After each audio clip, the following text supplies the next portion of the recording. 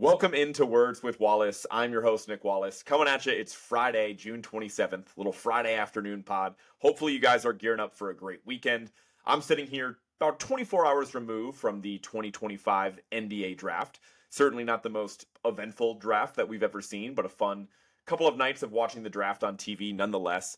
As you guys know by now, I'm definitely not the biggest college basketball guy. I certainly cannot pretend to be experts on these prospects. And so what I'm not going to do is go through every team and give draft grades and everything like that, because I have no idea which one of these guys are going to pan out. So the way I'm going to interpret what we watched over the past couple of days is spend some time on the top 5 picks and the fit of those prospects, just because I do have some familiarity at the top of the draft. But I really want to focus on the transactions, right? We saw a bunch of different trades on draft night. Really one that took the cake as easily the most shocking move of the entire draft, and I definitely want to dive into that quite a bit. Also want to focus on some teams in particular, like the Nets, who had a really busy night.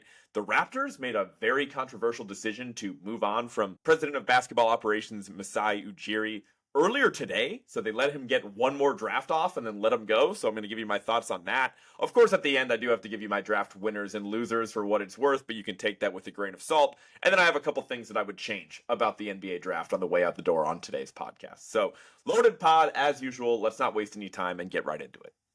So let's start the draft talk off by going through the top 5 picks in the 2025 NBA draft. These are guys that if you like basketball, if you care about the NBA, you're probably already pretty familiar with these guys yourselves. But let's start with the Mavs and Cooper Flagg nonetheless. I mean, I really don't have much to say on Cooper Flagg that hasn't already been said. As I'm sitting there watching on draft night, I cannot believe how lucky the Mavericks got to get this guy at the top of the draft, with them being a playoff team for most of the year, right? Having championship aspirations for most of the year. Then they trade Luka, Kyrie gets hurt, AD gets hurt. They fall down the standings. They're still in the play-in race in the Western Conference, and they come away with the number 1 pick in a draft that's pretty good, and a draft that truly does have what some are arguing as a generational prospect at the top of the draft. I don't know if I'd go that far on Cooper Flagg. I'm not super buttoned up when it comes to draft evaluation and everything like that. But this is certainly a more valuable number 1 pick than we've seen in many years, including last year when it was the Hawks and Reece Shea at the top. So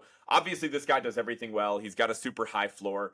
One thing that I found really entertaining coming out of the Mavs draft was another quote from Nico Harrison has dropped. Basically, he was talking about how lucky they got to get Cooper Flagg, and so his quote was, "Fortune favors the bold," referring in part to the Luka trade that he made at the deadline last year. So it seems like he's just kind of leaning into it. At first I was just like, man, fuck that guy. Really, the exact thought that pops into my head every single time Nico Harrison speaks post Luka trade is something along those lines.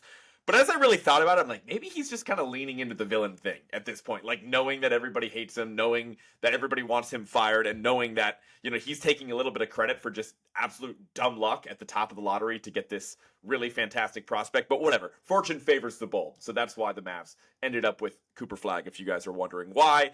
To recap how this fits in with the rest of the Mavericks offseason so far, they have been busy already. They re-signed Kyrie to a 3 years, $119 million contract. I don't love the price, but I don't hate it either. I mean, if you're going to be all in to win championships over the next couple of years, like Nico Harrison claims, you kind of have to have Kyrie as a part of that. And he has still some leverage with that in mind, even though he's coming off the torn ACL. So while $40 million a year for 3 years for a dude who is an older guard, who is coming off a significant injury, you don't love that price, but they couldn't afford to let Kyrie walk. So it kind of is what it is. They also re-signed Daniel Gafford at 3 years, $60 million. I think this one was a little bit more puzzling because of the logjam that they have in the front court right about now with Derek Lively and Anthony Davis. We know Anthony Davis doesn't want to play the 5. He's made that very clear, and the Mavs are trying to honor that wish. But it's like, dude, at some point, especially now that you have Cooper Flagg in the mix, I personally feel like when healthy, the Mavs' best lineup is going to be Kyrie, either Clay or Najee Marshall, depending on the matchup, then PJ Washington, then Cooper Flagg, and then Anthony Davis. I feel like that gives them the floor spacing and still gives them a lot of upside on the defensive end of the court. But they still feel committed to the idea of Anthony Davis at the 5. Maybe, Lively's had his own injury issues themselves. And look, $20 million a year for Gafford isn't a bad price. I just sit there and kind of wonder why they needed to invest more into a bench front court position, given that you have Anthony Davis, Derek Lively, and could even get away with PJ Washington and Cooper Flagg at the 4. But whatever. So I'm interested to see where the Mavs go from here, just because people are kind of forgetting that Kyrie is going to be hurt heading into next year. We'll see how much time that he misses at the start of the year. They need to do something at the guard position to hold down that point guard spot until Kyrie gets back into the lineup. Maybe the answer's in-house with Jaden Hardy and Brandon Williams that have had flashes the past couple of years. Maybe they bring back an old friend in Spencer Dinwiddie. I think that would be a miserable move. There have been D'Angelo Russell's whispers. So I do think the Mavs, like, when healthy, could be a team that contends as soon as next year if everything breaks right and Cooper hits some of that ceiling that we want him to in year one, or at least is on the right track. But the problem is just that they're coming into the year banged up with the Kyrie injury, and the West is really loaded. So we'll see where they go from here, but Cooper Flag is a no-brainer decision, so the Mavs have to be happy about that. Moving on to the second pick, Dylan Harper to the Spurs. Again, didn't watch a ton of Rutgers this year, but this guy's a big guard, and by all accounts, he is the best pick and roll player in this year's draft. That's what every single expert said. So it's kind of a no-brainer when you get a weapon like Victor Wembanyama, the best guy on the other end of that proposition in the entire NBA. It could be really scary. I think what's interesting is just that the fit is a little clunky alongside guys that they already have in place in the Spurs building in Stephon Castle and De'Aaron Fox. My guess is that Castle ends up coming off the bench like he did for most of this past year. He didn't really start starting until the end of the year once De'Aaron Fox was out and hurt and everything like that. But I do think the Spurs, when you have a guy like Victor Wembanyama, who's just such a dominant defensive player, he erases so many of those concerns on that end of the court where you could probably get away with starting a lineup of Fox, Castle, and Harper out there at all the same time. Because Castle is a plus defender already and is much tougher than most guys his height at like 6'4", 6'5", and Harper being a bigger guy at 6'6". Like, really the only guy you have to worry about there is Fox. So assuming that Castle or Harper might be able to guard wings under the right situation, maybe we see them roll out a three-guard lineup to start. Crazier stuff has happened. But I do think that this pick in general, it's the right pick. They took best player available by all accounts. Harper's been a very premium prospect and has been number 2 throughout this entire draft process, so it makes sense. But it does make De'Aaron Fox more expendable, right? It seems like the Spurs, they flirted with the idea of trading for a guy like Kevin Durant, moving that timeline up a little bit, but they decided, hey, we got Wemby. He's young enough. He's our future. Let's get some other guys on his timeline. And now they have somewhat of a big three, right? Obviously, very early to tell. But with Wemby, Castle, and Harper, I think that's the future in San Antonio. So we'll see what Fox ends up doing if they end up moving him at some point. I don't think that's going to happen this offseason by any means. But for what they paid for Fox, I think the move to get him still makes sense. And there are going to be some other teams that are in need of his services. So we'll see how that all works out in San Antonio. At number 3, this is where the Philadelphia 76ers selected VJ Edgecombe. I'm not going to lie, guys. Like, I knew a little bit about VJ Edgecombe. I knew he's obviously played kind of in my backyard here at Baylor and Waco. Kind of bummed out I didn't get to watch Baylor play at all this year. I definitely got to make it to one of their games next year because they've kind of been a low-key powerhouse lately, cranking out a lot of top prospects. But I was familiar with the athleticism and the profile of VJ Edgecombe, whatever, but I really didn't know anything about his story. And on draft night, like, the talk of him being interviewed right after being drafted, explaining how he grew up, came from nothing in the Bahamas and his family, and how much this means to them for him to be drafted, and knowing that he has generational wealth just immediately upon being selected. Like, that was really powerful, right? That's why you watch the draft. Like, I don't mean to be too corny here, but that was unbelievable. Like, and I hate to be too cliche and just buy into him for that reason.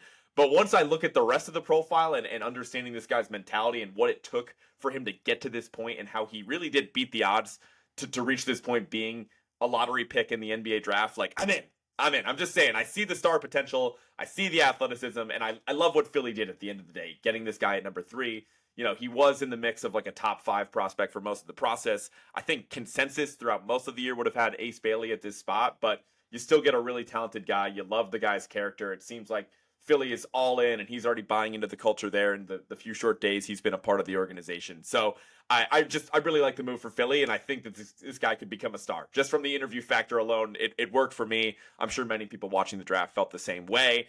I do like, again, that they didn't draft necessarily for need, because you look at Edgecombe, he probably profiles closest to like a shooting guard, which, now that the Sixers are fully on like Maxi's timeline and Jared McCain's timeline, they're not as worried as much about contending right now with Joel Embiid. So I would say that there's an argument to be made where maybe they could have looked toward a front court player just because they already have, assuming both of those guard spots locked up with Maxi and McCain. But I think at the end of the day, like, again, I've just been taking a lot of shots at Sixers fans lately because they've been pissing me off. I do think that the sample size for what we saw from Jared McCain was way too small to be like, he is a part of the backcourt of the future, especially when you look at his size next to Tyrese Maxey. Not a lot of defensive upside there, not a lot of switchability from that backcourt. So screw it. Take the best player available. Take a super athletic two guard that slots in nicely next to either of those guys. You can bring McCain off the bench. And if you really needed to, you probably could start all three if you really had to. But I just think what we saw from Jared McCain was awesome. He's clearly a great pick for where Philly got him last year. But to assume he's just like Maxey 2.0 waiting in the wings there in Philly is crazy. And there are absolutely a large portion of Sixers fans that feel like he is already in that tier from like the 20-something games that he played his rookie year when they had nobody else healthy and he was taking all the shots and whatever. So we'll see what Philly goes from here. I do like the pick altogether. And now, can you Sixers fans, can you just shut the fuck up about Ace Bailey? Like, there's still Sixers fans taking a shot at the kid for canceling the interview and saying there's all this drama and saying how they dodged a bullet. Like, whatever, man. We'll see how this all works out because Ace Bailey could be a stud in his own right. But Philly, you got your guy. You should be very happy with VJ Edgecombe. Moving on to number 4, Con Knippel of Duke University. Definitely watched this guy play more than nearly any other college prospect just because Duke was really the only team I would watch periodically throughout the year. Like the pick. Seems like a really solid player. Can obviously shoot the ball. Really sturdy frame on him. Seems like he checks all the intangible boxes that you'd want. I hate to be too cliche here, picking on the white guy at the top of the draft. Does he have the same ceiling as everybody else in the top 5? Like, trying to be unbiased here? Probably not. But if you're Charlotte, you've taken some big swings with LaMelo Ball and Brandon Miller. You just want to get an adult in the building that is going to buy into the culture, that's going to do the little things well, that's going to be a great shooter and a great compliment to LaMelo Ball in the backcourt. I think they got that in Con Knippel. Enough of the real analysis. If you guys watched the draft, I was not familiar with the Knippels, how many brothers there were. There are an overwhelming amount of Knippels. There are 5 of them. They showed all 5 brothers, and they started with like the 4 siblings that obviously weren't drafted when they were doing the post-draft interview. And I was like, oh, like that's so nice, whatever. That's such a nice family. And like you look at them all in the face, and they all look like they're like 12 in the face because these are young kids, whatever. And then the camera just kind of pans back, and you realize that Khan is actually like the second shortest brother or something like that. And you're like, oh my God. And one of the brothers is talking about working him in the post if they lower the rims down or whatever. And I'm like, I believe him. That kid's like 6'7", right? Like Khan himself is like 6'5", but he's got a pretty good frame on him, right? Like he's carrying a significant amount of weight. So he's pretty big for somebody that's 6'5". Like, I don't know, man. Like, is the Knippel family going to be like the next Plumlees where all these guys end up making it and going to Duke? I'm calling my shot now. I feel like that's pretty likely. I don't know how highly recruited the brothers are ranked or if they already have offers or whatever. But if this is like the next Plumlee family where they all go to Duke and they all end up making the league, like, just say you were warned on this podcast because I think I need to start buying Knippel stock after what I saw on draft night. And then wrapping up the top 5, arguably one of the most interesting stories heading into the draft was Ace Bailey, and this was the selection for the Utah Jazz at number 5. I love this move by Danny Ainge, just saying, F it, I'm taking who I believe has the highest ceiling as a prospect, and that's who they got in Ace Bailey. There was a lot of smoke saying that Ace's camp wanted him to fall all the way to Washington at 6. I want to say it was Washington and maybe Brooklyn at 8 or 9, something like that. Those were the 2 teams that were the desired destination for Ace Bailey and the ridiculous advice that he's getting from his agency team. But if you're Danny Ainge, like, so what? The guy didn't want to work out with you. Like, you guys in the Utah Jazz were in the mix for the number 1 overall pick all year long. Obviously, the lottery goes completely off the rails, and you end up getting the 5th pick instead of what was projected to be at least a top 3 pick. But guess what? Like, if you're Danny Ainge in the Utah Jazz, you're keeping an eye on these prospects throughout the year. Like, Ace was always in that top 2 to 3 conversation. So maybe they became really committed to the idea of Ace Bailey throughout the season anyway and kind of got their hopes up that they were going to have an ability to draft him. And this storm with the agent and the lack of workouts and everything that caused Ace to fall a couple of picks was perfect for the Jazz because they were still able to get their guy. There was an interesting reaction on draft night. Like, it looked like Ace right away was pretty happy, right? Pretty excited to be drafted like any kid would be in that situation. And then later on in the draft, there were whispers like, hey, like, his camp didn't want him to go to Utah. He didn't work out for Utah. And then they're panning the camera over to him and he looks like a lot more somber. And then there was even smoke like the past 48 hours basically saying like, hey, he hasn't had much communication with the Jazz. Like, oh, he's not in Utah yet, whatever. And then right before I recorded this podcast, the Jazz released some statement saying that they expect to have Ace in the facility tomorrow. Like, things are great. They've communicated with the family and he's excited about joining the Jazz. So whatever.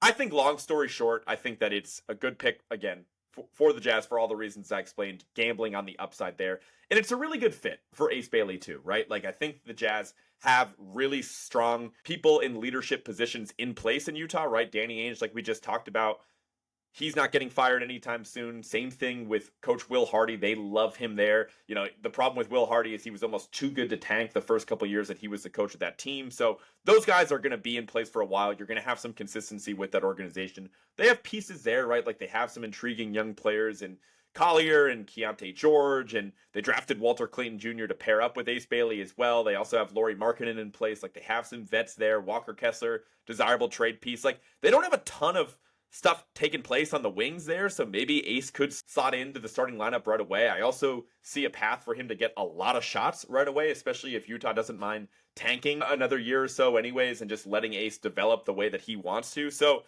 I don't see how in any world Washington or even Brooklyn would be a better situation than the Jazz anyway. So, and Ace gets a little bit more money for being drafted a couple slots higher than where he was targeting to end up. So I think it's going to end up being a win for everybody, and I'm rooting for Ace Bailey. Again, I think the shit that this guy's taken in the media over the past week or so has just been completely unwarranted just because the guy signed some dumbass as an agent by all accounts. And we're going to see how it plays out. He's going to be taking control of his own career at some point. Like, I will hold him accountable if he ends up being a jerk or, you know, makes mistakes on and off the court. Like, we have plenty of time to judge the kid, but I feel like everything that's taken place that you could poke holes at with Ace Bailey so far can be tied back to a really questionable decision-making on the part of his agent. Now let's talk about all of the major trades that took place during the NBA draft, and let's start off with a move between the Wizards and the Pelicans. Wanted to make sure I covered this one on the pod.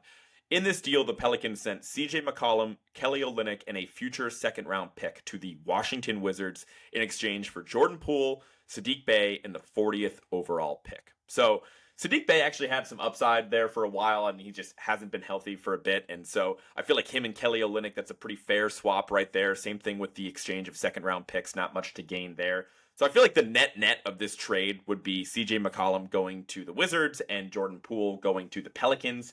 And I feel pretty neutral on this deal independently, right? Like, I totally understand why a team in the Pelicans would want to take a swing on Jordan Poole. He had a much better season last year than a lot of people realize, and definitely improved a ton from that first season where he was on the Wizards, and it was just a total nightmare. He was one of the worst players analytically in all of basketball, just one of the least efficient seasons we've ever seen.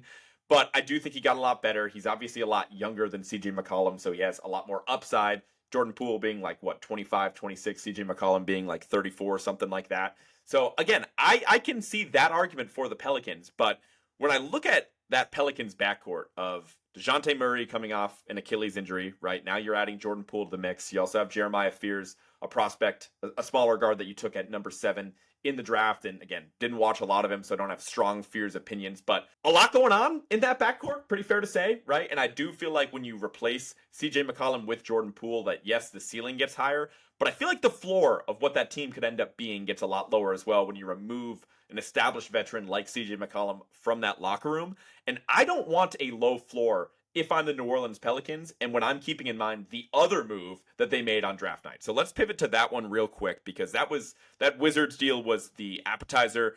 The entree is the deal that the Pelicans did with the Hawks. And this was easily the most shocking move of the entire NBA draft. So in this deal, the Pelicans received the number 13 overall pick, a pick that they used to select Derek Queen from Maryland. And in return, the Atlanta Hawks received the number 23 pick in the draft, in which they used that pick for Asa Newell of Georgia. And they also received a 2026 unprotected first round pick, which is the most favorable of the Pelicans or the Bucks. So again, to repeat, the Pelicans traded 10 spots up in the draft, moving from 23 to 13. And what they paid to get there was a first round pick next year that is unprotected and could be the Pelicans' own pick or the Bucks' pick. Whatever one is more favorable of those two. And this is just a fucking nightmare of a deal by all accounts. Now, the Pelicans recently had some change in the front office. They hired Joe Dumars, who was previously a general manager for a while there, I'm assuming with the Pistons.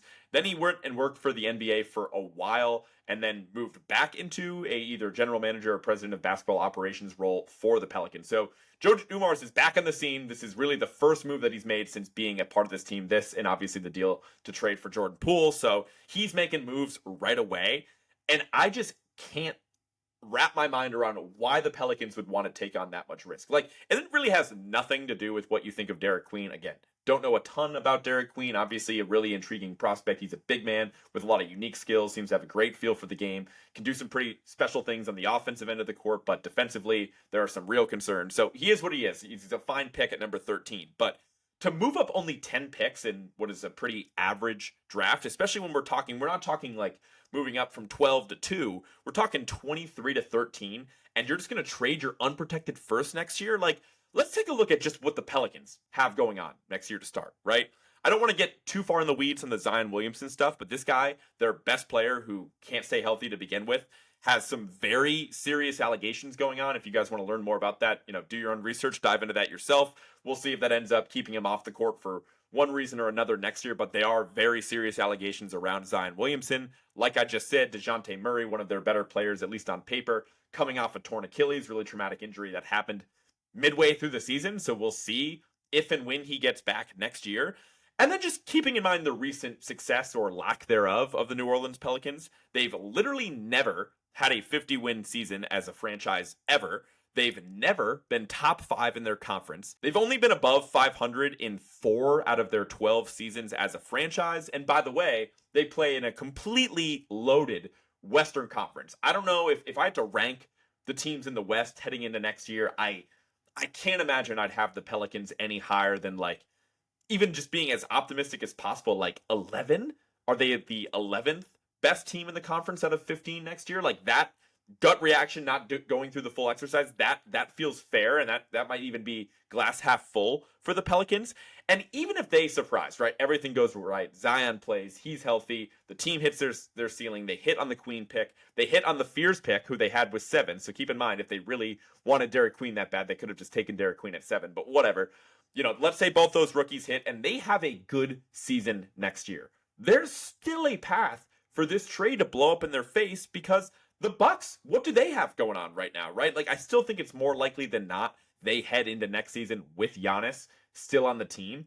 But if they decide, like, hey, Dame's going to miss all of next year, we still just don't have a lot cooking with the rest of the roster. We know the East is pretty open, but we still don't feel good about our odds even with Giannis. And they decide to move on from him, and they get a package back from Giannis that is mostly comprised of, like, future draft capital, and the Bucks are effectively going to a tank. That could still end up being at least a top 10, if not a top 5 pick in next year's draft, and it's not that crazy. Now, again, I do think the Bucks, it's more likely that they run it back. They have Giannis, so they're still like a middling team for the most part in the Eastern Conference, like whatever. But for there to be 2 roads for this pick to completely blow up in your face, it is an indefensible, unnecessary risk, and it has, again, nothing to do with Derek Queen. It's just such a crazy move by the Pelicans. On paper, I get it. It doesn't sound that crazy. Okay, 1 unprotected first-round pick to move up, like whatever. Maybe they really like Queen. It's just the Pelicans do not have a good enough track record to pull this off, and the West is way too loaded. And I think this deal really stands alone out of all the other draft moves as like the one that was really the most interesting and absolutely the most shocking deal of the draft. I love it for the Atlanta Hawks, and I hate it for the New Orleans Pelicans. Keeping it moving to some other trades that we've seen over the past few days. I think this one in particular doesn't count as like a draft trade, but it was like right after I recorded my most recent podcast. It was before the NBA draft, so we're going to cover it nonetheless because it does include my Boston Celtics and the Atlanta Hawks, like we just talked about. They did stay busy over the past couple of days. In this trade, the Atlanta Hawks received Kristaps Porzingis and a future second-round pick. The Brooklyn Nets, they were involved in this deal as well. They received Terrence Mann and the 22nd pick in Wednesday's draft, in which they used to select Drake Powell. And finally, my Boston Celtics receives George Niang and a future second-round pick. So really the headline here is the Celtics dumping Kristaps Porzingis and his salary. He goes out to Atlanta, and Brooklyn gets involved in the deal to take on a Terrence Mann contract that is not aging that well, and they get a first-round pick that I believe came from the Hawks as their reward for making the money work in this deal. So let me just start off with the emotional side of the trade. I am very sad to see Kristaps Porzingis leave. I wish Kristaps Porzingis nothing but the best. I still really like the guy. And I know he ended last season on a sour note. We'll talk about that. But when you're a part of a championship team, albeit not as big of a part as maybe some of us expected of Kristaps Porzingis once we made that acquisition, but he was a part of that 2024 title team nonetheless, right? And he was a great guy, said nothing but glowing things about the Celtics. Clearly loved being a Celtic, loved living in Boston, was just so happy with his basketball situation. Like, it's just hard to dislike that guy. And looking at his best moment as a Celtic easily was game one of the 2024 NBA Finals. He had missed a lot of time with, I believe, was it a calf strain, or am I making that up, or is that just like the new hotness when it comes to injuries right now? Nonetheless, he got injured in that first round series against Miami, didn't play in any of round two, any of round three, comes back off the bench, game one of the NBA Finals in 2024, and was just dominant. He had this ridiculous stretch where he's blocking multiple shots, he's drilling threes, he's dunking, he's punishing mismatches, and it extended the Celtics lead in the first half to, I think, north of 20 points, and that crowd in the Garden was just apeshit, completely insane, and it was really all fueled by Kristaps Porzingis getting revenge against his former team, making his presence known, first game back in the lineup, and that really did set the tone, not just for that game where the Celtics ended up winning really comfortably, but obviously cruised for the most part to a pretty easy NBA Finals win, and Kristaps was a part of that. Now, he did get hurt, basically didn't play again until Game 5, the closeout game, just to say he was out there on the court, but nonetheless, he was a part of that title team, so I am going to be sad to see him go.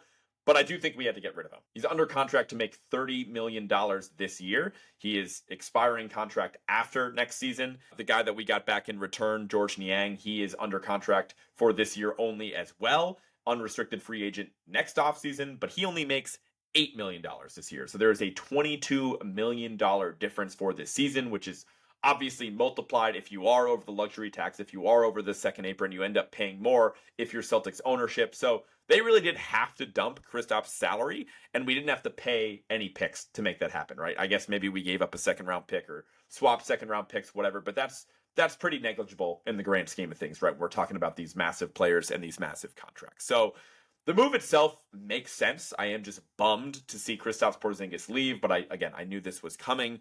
The thing that I hate about it is I hate George Niang. Like, I really, really hate George Niang. He is one of those, it's actually kind of impressive how much hate I'm able to generate for this guy with him just being like a pretty average role player in the NBA at this point in time. But he's got a punchable face. I mean, let's start there.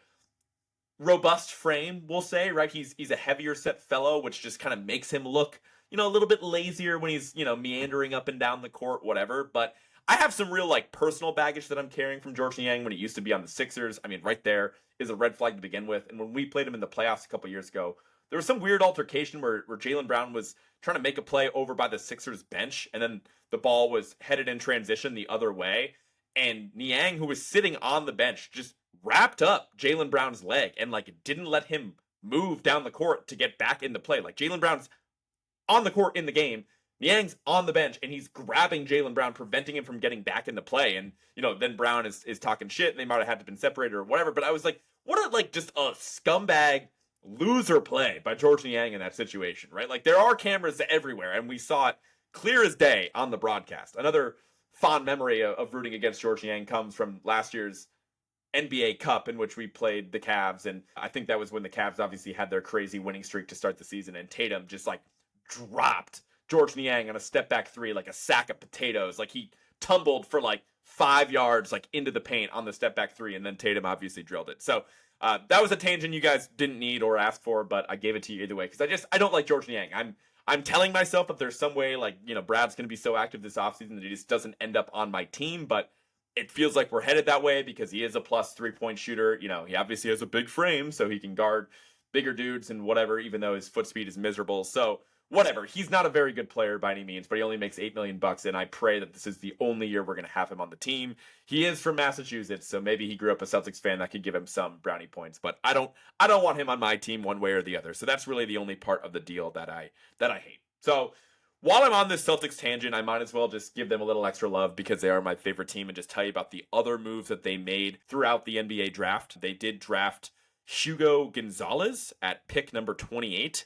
Who's a prospect out of Spain, and then they also drafted Amari Williams at pick number 46, a center from Kentucky. Not gonna lie, I stayed watching night one of the draft, just kind of waiting for the Celtics pick at 28 with some anticipation. It's not like I knew a ton of the people that were listed at best available at that point, but I did recognize some of the names, and when they said Hugo Gonzalez, I obviously had no idea about this guy. Seems like a high energy wing. He's 6'6", hustles really hard, has some great athleticism, but right about now can't really shoot the ball, and it's pretty raw as a prospect, so that doesn't exactly get me super fired up for next year. But hey, with how we're shaping up for next year, this guy could have an opportunity to get minutes. And then when we move on to Amari Williams at pick 46, this one I was actually a little bit more fired up about, especially when you keep in mind the draft capital. There was really no reason for me to be excited about a pick in the middle of the second round. But we needed a big man really bad, because as of right now, the priority for the Celtics should be re-signing Luke Kornet and Al Horford, but there is going to be some competition in the marketplace for those guys. We hope that they enjoyed being a Celtic and being a part of the 24 title team enough where they might give the Celtics some sort of discount, or at least they should be the odds-on favorite to stay in Boston heading into their free agency decisions. But as of right now, our only bigs are Keita and Xavier Tillman, which is pretty rough. So I knew we needed to get a big man one way or another in this draft. And the guy we got, Amari Williams from Kentucky, my boss, Rob, he's a big Kentucky fan. He was kind of gassing him up, was telling me what I wanted to hear as a Celtics fan. But he's a pretty fascinating prospect. Like, he's absolutely massive. I think he's 7'1" with a 7'6" wingspan. Pretty good rim protector, but the foot speed is questionable, so he can't really defend on the perimeter. So he's really just a good rebounder and rim protector on the defensive end of the court. On the offensive end, though, was completely blindsided when I saw like a 2-minute video of him just like diming guys up, like pushing the ball in transition, making some really nice reads. Dare I say Jokic-esque? You know, second round, who says no? Wasn't drafted during a Taco Bell commercial, but we will take it. He's British, so he's had some Weetabix activations over the past couple months as well, which is always fun. So yeah, in on Big Amari. So that's kind of a fun move for the Celtics. So I think the next move, it might still be Sam Hauser, combining the Drew Holiday deal, combining the Kristaps Porzingis deal. We're now under the second apron, which is massive and was definitely the priority heading into this offseason, especially with no Tatum. But we are still above that first apron, so we still could shed a little bit of money if at all possible. That might be what ownership looks to do. And I do think Sam Hauser could be next. Now, I will say the Celtics are no longer desperate to shed money. Everyone knows we're under that second apron, so we're right where we want to be in that regard. And I do think Hauser is on a very desirable contract. Like, as crazy as it sounds, he probably has more trade value than Kristaps and Drew Holiday, which again sounds ridiculous, but keeping in mind the contract and how limiting this new CBA is to all these teams that are trying to make the salary cap work out. He's on a 4-year, $45 million contract. He's still pretty young. He's in the prime of his career. He's under contract for the next 4 years. That contract doesn't go into place until next season. So you think you get a guy that's like got good size, 6'8", 40+% three-point shooter, completely knocked down, defends better than you'd think, and he's a part of a championship team and completely comfortable in his role. Like, there's real value in a guy like that. Like, there's literally 29 other teams that could use a Sam Hauser, and I'm not over-exaggerating when I say that. So I just hope if we do decide to move on from Sam Hauser, we feel like we can get enough replacement value from Baylor Shireman, who had some flashes during his rookie year. I hope that if we move Sam Hauser, we're getting good value for him. I do expect Trader Brad to come out and make sure that we win that transaction, whether it's through draft capital, whether it's getting through somebody in the front court rotation that can help us a bit. Like, I just think that Sam Hauser has some real value. So if we do look to move on from him, that's what we can expect to get in return. And I do think the priority should still be re-signing Kornet and Al Horford at this time. Now, the other side of the deal, I took way too long to talk about the Hawks there, so apologies to any Hawks fans who are somehow listening to this, but they did get Kristaps Porzingis in a second-round pick in this trade. They probably had to give up a first-round pick in there to the Nets as well, and they moved on from the Terrence Mann contract, but I think it's a pretty good swing for the Atlanta Hawks, right? Obviously, the determining factor here is how much are you going to get from Kristaps Porzingis? How many games is he actually going to play next year? We assume the mystery illness that plagued him and really reduced his productivity during the playoffs this past year, we assume that that's going to get better and he's going to be healthy and at full speed heading into next season. So if he is out there, like, he is a very unique talent, as everybody understands. Trae Young's really never had like a true stretch 5 option, and especially when you keep in mind that this is a stretch 5 option that's also massive. He's an incredible lob threat, and he's an incredible rim protector, and he's all rolled up into one. So I just think that as all these teams in the East are looking around, like making swings with how open it is, this is a very logical play for the Atlanta Hawks. They didn't have to give up too much to get that. They're also getting back Jalen Johnson, returning from injury next year, so that's going to be a massive boost to that roster. They also still have Okongwu in place as what I'm assuming is still going to be their starting center if they decide to ease Kristaps in by bringing him off the bench right away. Like, he's a young, athletic player that can switch and guard multiple positions. Like, I really like Okongwu, and he's the perfect guy to eat up a lot of minutes at the center position, so you are able to manage Kristaps Porzingis throughout the regular season. They also, of course, as a part of that deal with the Pelicans, added Asa Newell from Georgia at pick 23, who's like a hybrid, like forward center who can give them a lot of energy and athleticism as well. So I do like what the Hawks did in this deal. I hope that Kristaps Porzingis is healthy for them. I wish them the best, and I think it's a very logical swing for the Hawks to make. And overall, like what they cooked up on draft night, especially when you keep in mind that insane deal that they pulled off with the Pelicans. One more deal to talk about here, and this was a trade that I found pretty fascinating between the Suns and the Hornets.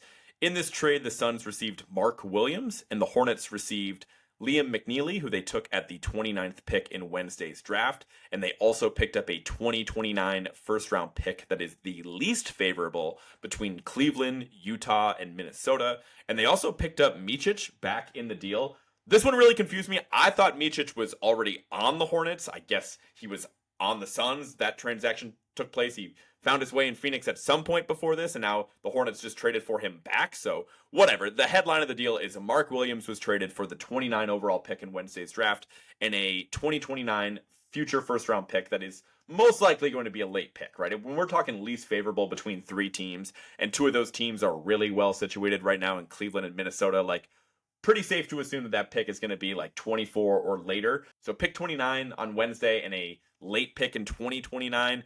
That's not that much for the Suns to pay for Mark Williams. That was my initial reaction, is I just kind of like that swing for the Suns. Like, obviously their front court rotation was miserable. If you guys remember listening to my podcast where I had a Suns fan on, Sean Jones, who's great, of the Sean Jones NBA show, he came on like halfway through the season when there was still some optimism about the Suns, and, you know, things certainly weren't up to par and people weren't happy with the season, but there was still a chance they could make some noise before the playoffs, and we were like gassing up the acquisition of Nick Richards because we just figured with how bad their big man rotation was, like, this guy had to be an upgrade. And, you know, Richards is fine if he's your second or third big, but when the rotation is him and Mason Plumlee and Iguodala, who they picked up in the second round last year, like, it was just gross. Like, the Phoenix bigs were terrible. And so they made a swing for Mark Williams and really didn't have to give up too much. So I like that move. Obviously, Mark Williams has some massive health question marks, some question marks on defense, but offensively, massive body, huge problem on the offensive glass, great lob threat. Like, I think he's immediately going to be a huge upgrade for that Suns team.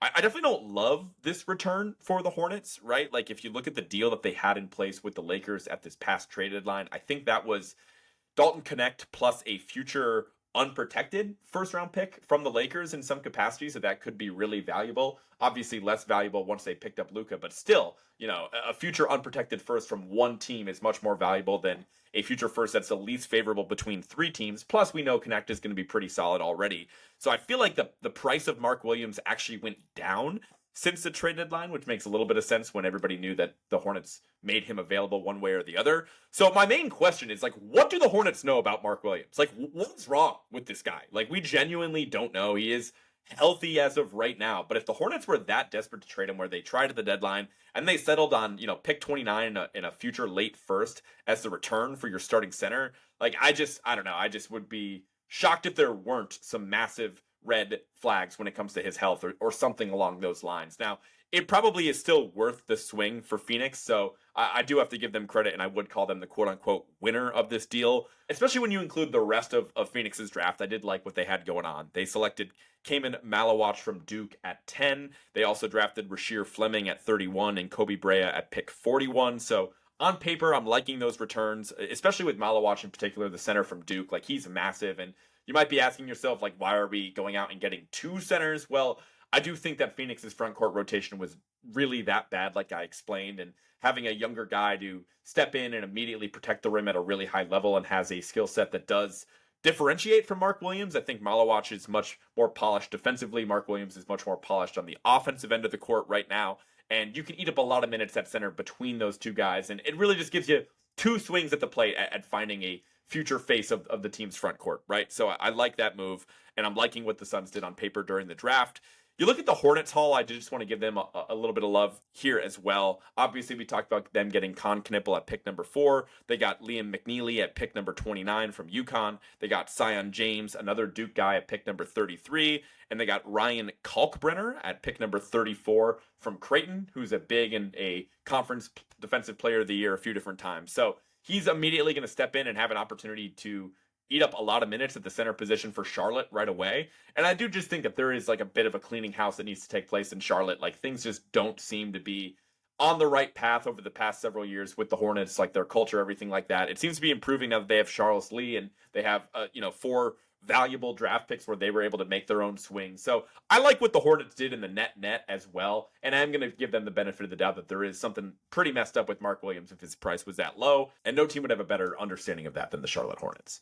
Now, the final team that I want to talk about when it comes to the NBA draft is the Brooklyn Nets. They had a very busy night 1 of the draft on Wednesday night because they made 5 selections. To go through a list of their draft haul, they drafted Yegor Demon at pick number 8, Nolan Traore at pick number 19, Drake Powell at pick number 22, Ben Serif at pick number 26, and Danny Wolf at pick number 27. Now, I'm going to keep it a buck. I really don't know who most of those people are. Like, I've heard of Demon. I've heard of Danny Wolf. The 3 in the middle really doesn't ring a bell whatsoever. So I'm not evaluating these prospects and being like, they did good, they did bad, whatever. I just thought it was pretty surprising that they actually made all of those first-round picks. And it probably worked against the Nets that teams recognized that they had 5 picks heading into draft night, that it's assumed that they would want to look to package some of those picks to move up in the first round or at least get some draft capital in future years.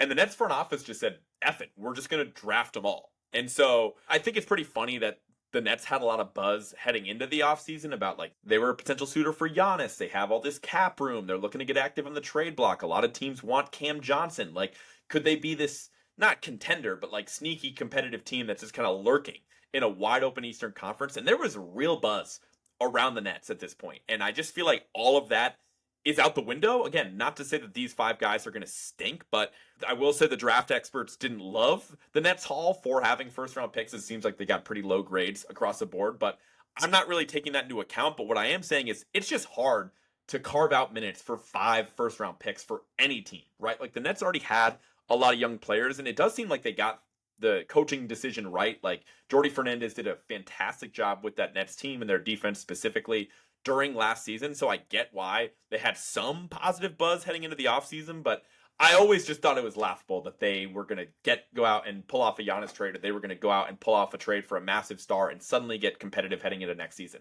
It just feels like they're headed toward at least 1 more year of tanking, probably another 2 or 3, just based on the decision to take all these guys and the fact that odds are, at least 2 or 3 of them just aren't going to work out whatsoever. And, it's going to be hard for all those guys to get minutes and develop the way they want. Like, there's a good chance that they end up having to move on from one of these 5 guys before they even realize what they have in the prospect. And then some other team might strike gold on one of these guys on their second stop. So I just think it's a really confusing decision for the Nets to make all those draft picks. Again, maybe teams were just lowering the price on those picks because they knew that they didn't want to make all of them, and the Nets just made the best out of a bad situation or whatever. But it's just kind of impressive that they had 5 first-round picks, which again is an NBA record for the first round, and nobody's really happy with what the Nets did. So I just think it's going to be at least 1 to 2 more years of rebuilding in Brooklyn. And so that brings us to the final draft exercise that we're going to do, where I arbitrarily assign a draft winner and a draft loser. Keep in mind, not an expert on any of these prospects, so take it with a grain of salt. But with all that in mind, I would say that the winner of the draft, no questions asked, it's the Hawks. It's the Hawks. It comes back to that Hawks-Pelicans deal that we talked about, in which they traded back 10 picks and took on an unprotected first-round pick that's likely going to be really good next year in a draft that might even be better than what we saw last night. So I don't care what everybody else got as far as prospects. Some guys are going to have stars. Some guys are going to have busts. The Hawks are the winner because of the value that they were able to get from that deal last night alone. And who knows, even as the Pelicans season, like if it does turn for the worst or the Bucks are really starting to bottom out, something like that, like that pick's only going to gain value, and they're going to be able to have that as a leverage chip for maybe the Pelicans have a change of heart. They want to trade for it back. Maybe the Bucks want their own pick back. Like it could be really, really valuable. And I just think that the Hawks got a ton of value, all things considered. And within the same vein, my biggest loser of the 2025 NBA draft is the Pelicans. Like And it has nothing to do with Jeremiah Fears and what I think of him as a prospect. Same thing with Derek Queen, who they got at pick number 13. It's just such a ridiculous risk that, like, if you're going to punt on that much value during the NBA draft, and every single expert, every single team around the league is completely puzzled why you would take on all that risk, like, that makes you the loser of the draft. I'm sorry. Like, they can hit on both of those picks, and it could still be a miserable decision to trade their future first next year. So I understand that's a bit of a cop-out to just say, like, that specific trade determined the winner and the loser of the draft. So if I really had to pick a winner that's not from that trade, I would say it's the Charlotte Hornets. I just like what they were able to do as a total haul, getting major prospects from major programs, and Con Knippel at 4, McNeely at 29, Sion James at 33, and Kalkbrenner at 34. That just feels like a pretty good return for a Hornets team that is hopefully finally trending in the right direction. And I would just say the biggest loser of the night would probably be the Brooklyn Nets, just because, again, they had 8 first-round picks in the first round, and nobody seems to be happy with the return on that. And it's just going to be really tough to get all those guys the minutes that they need in order to develop those guys and let them hit their ceiling as prospects. I just find it hard to believe that that's going to happen in Brooklyn. So I think it actually becomes a detriment when you make that many first-round picks. So for that reason, the Nets are the loser in my book. And finally, the piece of news that I wanted to talk about that came out earlier today was the Raptors' decision to move on from president of basketball operations Masai Ujiri. He had a pretty tough run post 2019, and obviously that was an incredible move that he pulled off, trading DeMar DeRozan and some other pieces for Kawhi Leonard. And I think that was like the last superstar trade that Masai pulled off that didn't have like a million first round picks in it. So the price that he paid to get Kawhi Leonard was really insane when you think about it, even though it was only a 1-year rental. Like, really, he could have paid whatever price. He could have thrown in 7 first-round picks in the deal, and it would have been worth it because they went on to win that 2019 title. It felt like Masai stock was at an all-time high, right? Like, that guy was like the prize in NBA front offices after 2019, and deservedly so. But ever since then, more or less irrelevant. Like, they slowly had that championship core erode away, like, didn't like the return that they got for Pascal Siakam. I don't even remember the return they got from Fred VanVleet. I actually think VanVleet, they just lost for nothing in free agency. And they just have a really bizarre roster that I've been really low on. Like, I don't see how anyone could be bullish on the Raptors. And they have some weird pieces. Like, they made a controversial decision to trade for Brandon Ingram at the trade deadline, who was hurt, so we haven't seen him suit up for the Raptors yet. They drafted Colin Murray Boyles at pick number 9 in this year's drafts, who, again, I don't really have strong opinions on, so that is what it is. But it just seems like a very bizarre roster that is, like, perfectly situated to be in the middle of nowhere because they have a lot of money going to Quickly, a lot of money that's going to be going to Scotty Barnes eventually if it hasn't already kicked in. Brandon Ingram in place, Jakob Poeltl in place. RJ Barrett is there as well.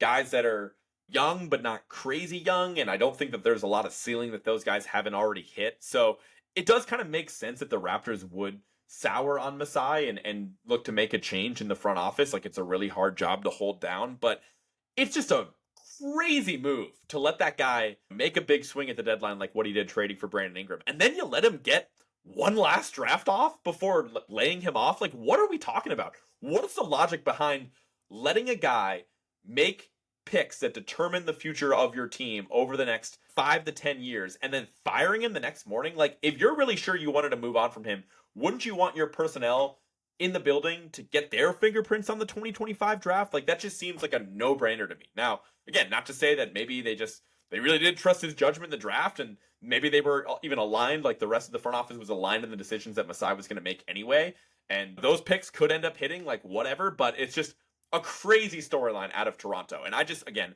felt like this team was kind of directionless, like they were headed toward purgatory where they're just in the middle of nowhere, good enough to, be competitive and win some games, whatever, but not good enough to make any real noise. And at the same time, they're not bad enough to actually bottom out and get to the top of the draft where you do have an opportunity to draft some generational talent.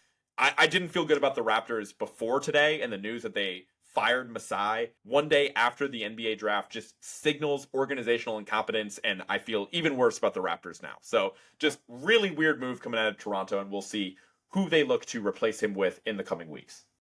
So before I let you guys go, I did just want to give you my draft gripes on my way out the door, right? A couple of changes that I would make with the NBA draft if they let me run the show.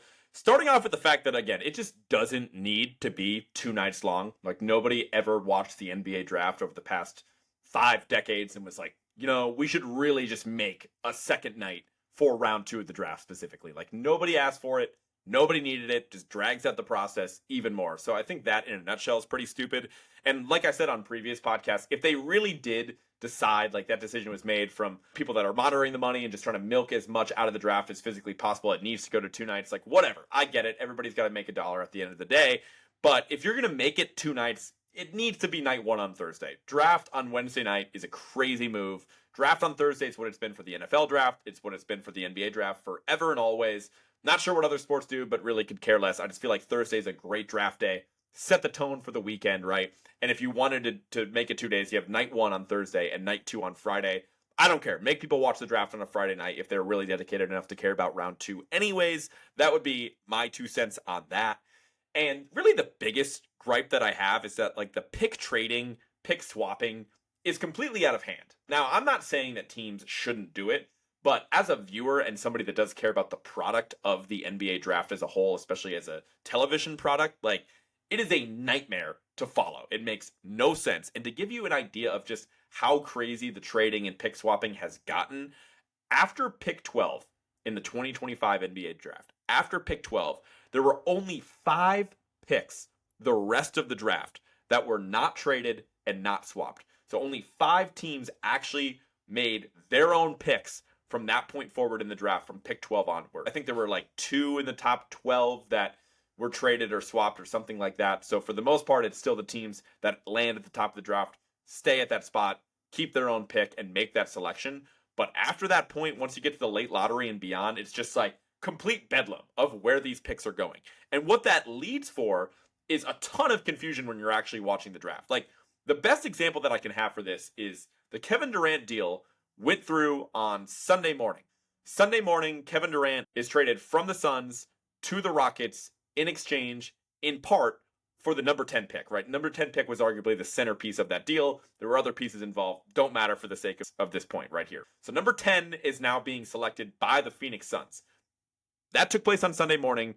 Night 1 of the draft was on Wednesday night. So there's a full 3 business days in the mix there. Yet, because the trade did not officially go through yet, when Malawach gets drafted at pick number 10, it's still the Rockets logo on the screen, and obviously, yes, the announcers are telling us that it's going to Phoenix and whatever, but it's a Rockets logo on the screen. He gets a hat that says Houston Rockets, and he's got to take all those photos, some of the happiest moments of his entire life, and he's wearing a hat of a team that did not draft him. Like, it's so stupid. How do we not figure that out after 3 days? I understand there are some trades in the moment that are like bang, bang, they happen while they're on the clock, and we can't update the graphics and we can't get them the right hat. But like the fact that we're so worried about the deal not being official, where like the TV product makes no sense and it's completely impossible to follow, is just a decision I don't agree with at that point, right? Even after the draft, as I'm combing through like the full draft board and the full results of every single team, like it's still impossible to follow with how many times these picks were traded and swapped. Like it's just a nightmare at this point. And I know that it's not really a problem that these teams should have the flexibility to trade and swap these picks accordingly. I get all that, but there's just something we need to do about the presentation of the draft with the hats and the graphics that's better for the people that are watching the draft, because it's literally impossible to follow as of right now. So that's going to do it for this podcast today. Hopefully you guys enjoyed my NBA draft analysis. Hopefully you just enjoyed watching the draft as a whole. And right now we're in a pretty fun spot in the NBA calendar, right? It's hard to believe that the NBA champion was determined less than a week ago, right? You have a 3-day turnaround to the NBA draft. And now as I sit here and record on Friday the 27th, we're only 4 days away from the official start of NBA free agency. Realistically, we're going to start getting the news that teams have agreed in terms to a contract and everything like that. That'll probably start in about 2 days. So it's really going to pick up. It's not the most insane free agent class, but we know there's a lot of exciting trades to come. We know that there's going to be some big signings that could be the ultimate difference for some teams that are contenders. Like, again, look at what the Thunder did last year. The decision to trade Josh Giddey for Alex Caruso around this point in the offseason. They also went out and acquired Isaiah Hartenstein in free agency. Like, those are 2 championship-defining moves. I don't need to explain to you guys how important those 2 were to the Thunder's ultimate championship run. So it's an exciting time in the offseason. It's crazy that it's all back to back to back like this between the finals, the draft, and free agency, but we are just 4 days away. So tentatively, my plan is to get you guys a podcast probably on like the 2nd.